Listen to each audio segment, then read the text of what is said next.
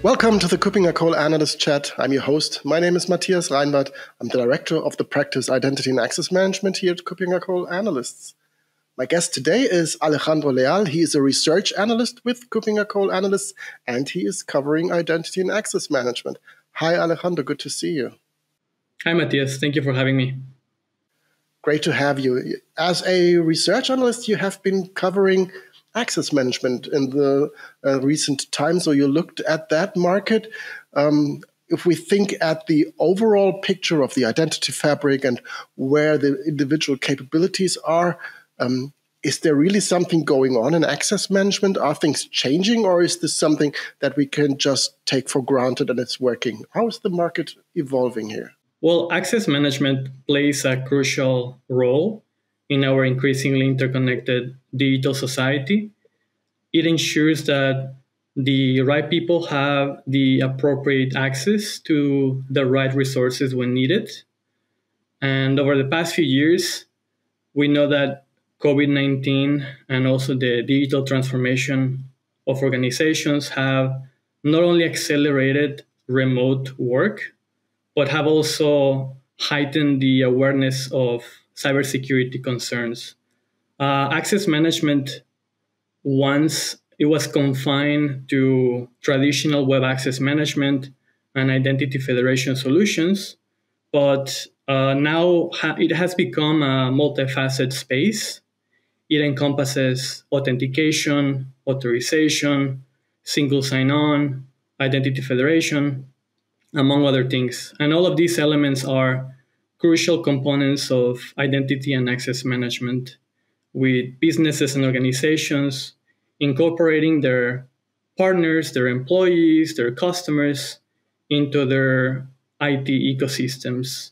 And as a result, access management continues to gain prominence. And at the same time, as organizations continue to adopt cloud native, on-prem, and hybrid infrastructures, the need for a comprehensive and adaptable access management strategy is essential. We see that there is a clear trend to move access management solutions from on-prem delivery models to cloud delivery models. And even though some of these vendors are trying to facilitate and help their customers transition to a cloud delivery model, some organizations, they will still need to maintain on-prem presence. Sometimes that's because they continue to rely on legacy systems, and sometimes because they have in-house developed custom systems, among other reasons. But because of this, I'd say that it's safe to assume that hybrid delivery models will be a viable option for the foreseeable future. This dynamic demands solutions to seamlessly bridge the gap between traditional on-prem systems and the diverse array of cloud-based applications, while accommodating emerging technologies such as decentralized identities, fraud detection capabilities, and passwordless authentication solutions. I'd say that identity and access management professionals, they are tasked with crafting and coming up with a strategy that not only safeguards their sensitive data, but it also empowers their users with a frictionless and context-aware access.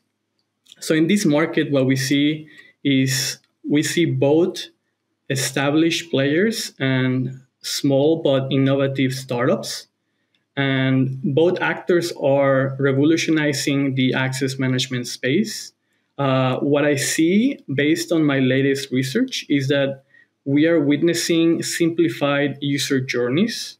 We're also observing enhanced authentication methods and contact-free onboarding processes. This latter point is important, and that's a topic that I covered at the EIC last May with a session entitled Access Management in a Connect from Anywhere World. And something I talked about back then was the need for contact-free onboarding processes as we see this shift to remote work, as a person who happens to be in a different country wants to access their bank app, or they want to access some resources related to their work, then there are some challenges that arise because of this new trend. And something that I talked about back then was also the need for passwordless authentication solutions to facilitate this shift. And speaking of passwordless, something that we also observed in the latest research is that in the access management segment, passwordless authentication is becoming the new norm. We also see that decentralized identities are emerging as a very, let's say, user-friendly way to handle identities, and also a secure way of doing that. We also see that policies are at the center stage, especially PBAC, policy-based access controls. And we also see some aspects of IGA converging into the access management space, which is making this landscape even more rich and innovative.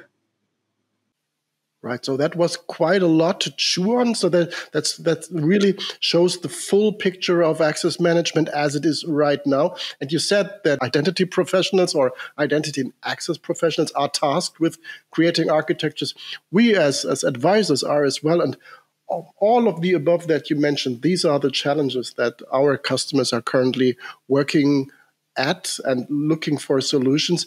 So these technologies, all of the above, is now making its way into, available products that vendors really provide, from policy-based access to passwordless, from adaptive authentication up until the integration of authentication and authorization. So you see that in the market as well, right? That's correct, yes. And I know maybe I said a lot. It was a lot of things to digest, but that shows the richness of this market. And what I observed in the latest research, we published a leadership compass last week on access management. We had 28 vendors participating in the report. And what I observed was a lot of competition, a lot of vendors making interesting acquisitions to strengthen their, let's say, consumer identity side, or maybe to strengthen their fraud detection capabilities. So we see a lot of movement. It's a very dynamic field, and we, in this report, we provide evaluation of all of these vendors, highlighting their strengths and room for improvement. So readers, they will gain a deeper understanding of this market segment. They will also be able to check out the vendors, their main features, and some of the deployment options they offer. And hopefully our analysis of this market will help organizations align their access management strategy with their future requirements. However, we also notice some challenges that still exist in this market. For example, many vendors are struggling to integrate diverse authenticators. Some of them struggle to leverage existing technologies. And some of them are also struggling to support hybrid scenarios.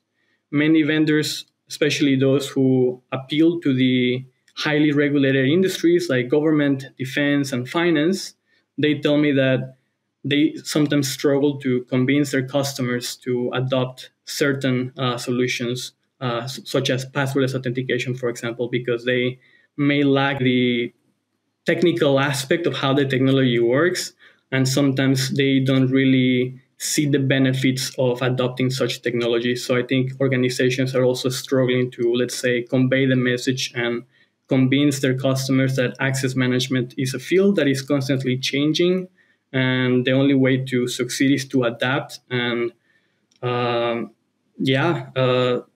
of the things that we expect to see in the future is something that you mentioned. We expect to have finer grained policy-based access controls and streamlined onboarding processes. Right. And when I talk to customers, they always have the notion that with the advent of Microsoft Entra ID, or Azure AD as it has been called earlier, that problem is more or less solved. But having 28 vendors in a leadership compass around access management, that clearly tells a different story. So there's choice, there is alternatives, and there are, as you've mentioned, hybrid infrastructures to create from these building blocks. And there's more than just Entra ID, right? Absolutely. Yeah, I encourage people to check out the report. We have vendors that are small, but they specialize on certain areas. Some of them are stronger in, let's say, fraud detection than others. And many of these vendors, they're from different geographical regions. So that also appeals to, let's say, organizations that are maybe in Latin America or in the Asia Pacific region. So we have multiple options, many vendors that provide similar but maybe unique capabilities. So it's important to know this field to make the best decision for your organization's needs and requirements.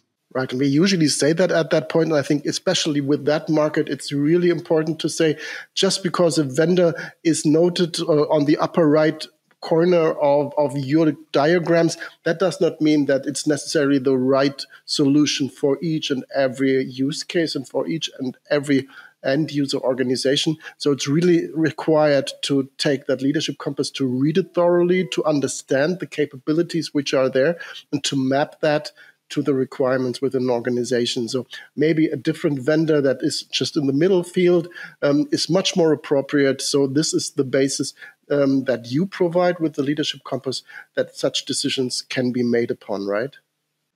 Absolutely. And maybe the key takeaway for this podcast would be to become more familiar with the market and to see that it's not stagnant, it's constantly changing. And what I see is that many of these vendors know it. They're making the right acquisitions to evolve and adapt and provide their customers with a better user experience and better security at the same time. So yes, you're right. I think this market is changing, and I'm looking forward to see next year how different it's going to be like. Right. So thank you very much, Alejandro, for sharing your insight. Your leadership compass is already out. It can be accessed at our website, KuppingerCole.com. And everybody who's interested can get a test subscription or a full subscription, which is really affordable.